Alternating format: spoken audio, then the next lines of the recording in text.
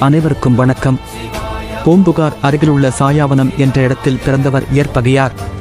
உலக இயற்கைக்கு பகையானவர். நமக்கு உரிமை இல்லாதவற்றை எல்லாம் என்னுடையது என நினைப்பது உலக இயல்பு. ஆனால் இவர் தன்னுடையது என்னுடையது என எண்ணாதவர்.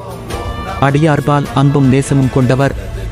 அடியார் எது கேட்டாலும் வேண்டுவனவற்றை இல்லை என்று சொல்லாமல் வழங்குபவர்.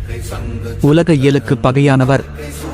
அடியவர் நீங்கள் தரலாம் என்றால் நான் கேட்கலாம் என்றவரிடம் கேளுங்கள் என்றார். உன் காதல் மனைவியை தா என்றார் அடியவர். தன்னிடம் இருப்பதை கேட்டார் என மகிழ்வுற்று நான் தந்தேன் என்ற ஏற்பகை மனையிடம் சென்று இன்று உன்னை இம்மைத்தவர்க்கு கொடுத்தனம் என்றார். செய்தி கேட்ட மங்கை கலங்கினார். கணவரின் மனநிலை அறிந்து தெளிந்தார். அம்மையார் கணவன் சொல்லை காக்க முனைந்து தன் கணவரை வணங்கினார். அடியார் இவளை அழைத்து போக பயமாயிருக்கின்றது, ஊர் எல்லை வரை வழித்துணையாக வர ஏற்பகையாரிடம் வேண்டுகோள் விடுத்தார்.